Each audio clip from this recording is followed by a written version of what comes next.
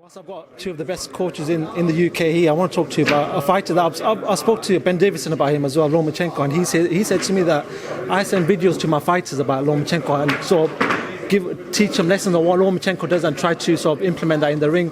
What's your guys' take on Lomachenko, and do you guys actually show him to your fighters as well? Well, I've long thought that Lomachenko is the most technically advanced boxer in history.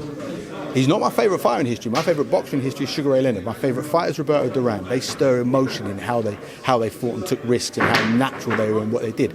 But in terms of technical ability, Lomachenko is the best fighter in history. The way he moves his feet, moves his head and moves his hands unpredictably, continuously, is something I've never seen before. I sat ringside when he fought Linares because I had Michael Conlon on the undercard. And I thought, right, open my eyes, let me really concentrate. Now I'm watching this dude live and let me see. I was burnt out after 4 rounds trying to process what he was doing. So Lord knows what it's like to fight the man. But not a shadow of a doubt, technically he is, for me, the best boxer in the history of boxing.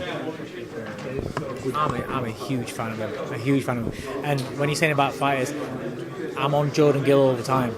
I watch Lomachenko fights. I must be 4 nights a week. I'm watching fights over and over and over again. And the more you watch him, the more you appreciate him. Because you can watch him, you don't realise what he's doing. You watch him again.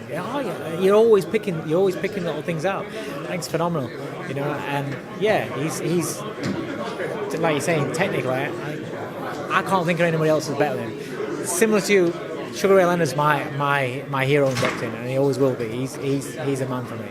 But Lomachenko, I just think, is from a technical side of boxing and the art of boxing. That's what it is. It's just an art with him.